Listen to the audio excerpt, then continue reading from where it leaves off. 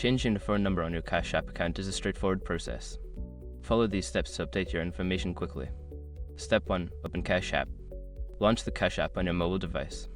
Ensure you are logged into your account to access your settings. Step 2. Access your profile. Tap on the profile icon of the account balance at the top right corner of the screen. This will take you to your account settings. Step 3. Select Personal Information. In the Settings menu, look for the option labeled Personal Information. Tap on it to view your current details. Step 4. Update phone number. Find a section for your phone number. Tap on it to delete the old number and enter your new phone number. Make sure to double check for accuracy. Step 5. Verify your new number. After entering the new phone number, Cash App will send a verification code to that number.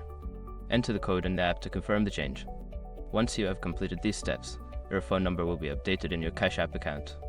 If you encounter any issues, consider reaching out to Cash App support for assistance.